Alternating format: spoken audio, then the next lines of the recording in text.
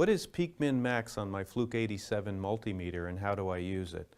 The Fluke 87 has a unique capability called peak min max. When we're using normal min max, we have a response time of 10 milliseconds. A quick review, if we take a second and we go 3 places past the decimal point to 0.001, we're in milliseconds. This is a mechanical type time of transient. If we go 6 places past the decimal place, we're down into 1 microsecond.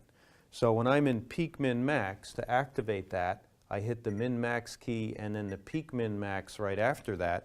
And you can see we've gone from 120 RMS to 170 volts peak because now we have a response time of 250 microseconds.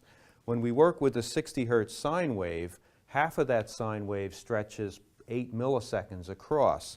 So my min-max is not fast enough to capture transients, but the peak min-max does give me that capability to capture electrical transients on different types of waveforms.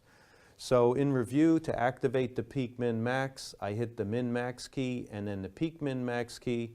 If I just hold in the min-max key, it goes back into normal mode. So that's how I use my peak min-max on the Fluke 87 multimeter.